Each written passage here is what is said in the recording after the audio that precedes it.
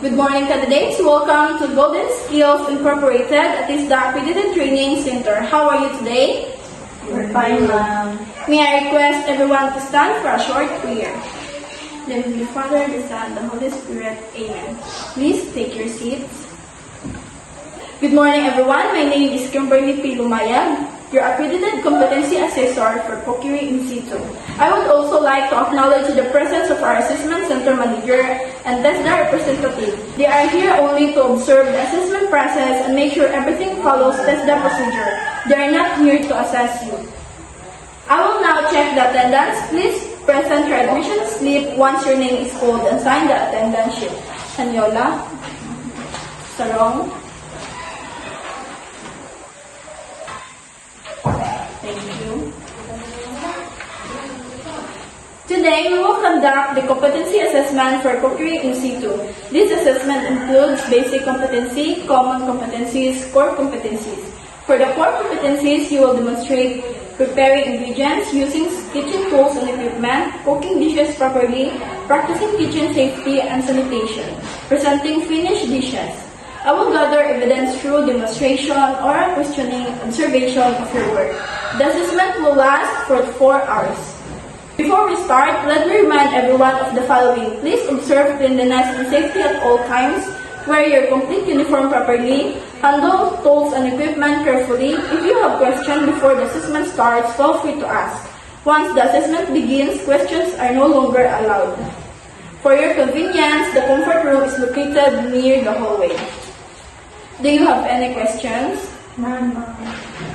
I will distribute the competency assessment agreement form. Please read carefully and answer all the questions honestly. If you have assistance, I will gladly help you. You will now be given 5 minutes to prepare. Time is up. Thank you. I will now give you assigned candidate's number. You are candidate 1 and you are candidate number 2. Material, tools, and ingredients are already prepared. Please use them properly and avoid wasting ingredients. Relax and stay calm. You may now begin your assessment. You are given 4 hours to finish your task. Candidate number 1, what dish are you preparing today? Chicken Alfredo, ma'am. Okay, please continue your work and observe proper sanitation. Okay, candidates, you only have 10 minutes left. Please finalize your dishes and clean your working area. Time is up. Okay, candidate number 1, how are you feeling right now? Are you ready for the oral questioning? Yes, ma'am. You need at least 3 correct answers out of 5 questions. First, why is personal hygiene important in baking? Okay, thank you. Number 2, why should we sanitize kitchen tools and equipment? Thank you very much, candidate number 1. Please call candidate number 2. Thank you, candidate number 2. Thank you, ma'am. Congratulations for doing a good job during the assessment. You were able to prepare and present your dish properly. You followed safety and sanitation procedures and showed confidence while cooking. However, you still need to improve your time management during food preparation. Based on the evidence gathered, I find you competent. Congratulations. Please sign your rating sheet and cards. You may claim your national certificate after 5 days at the TESDA Provincial Office. Congratulations.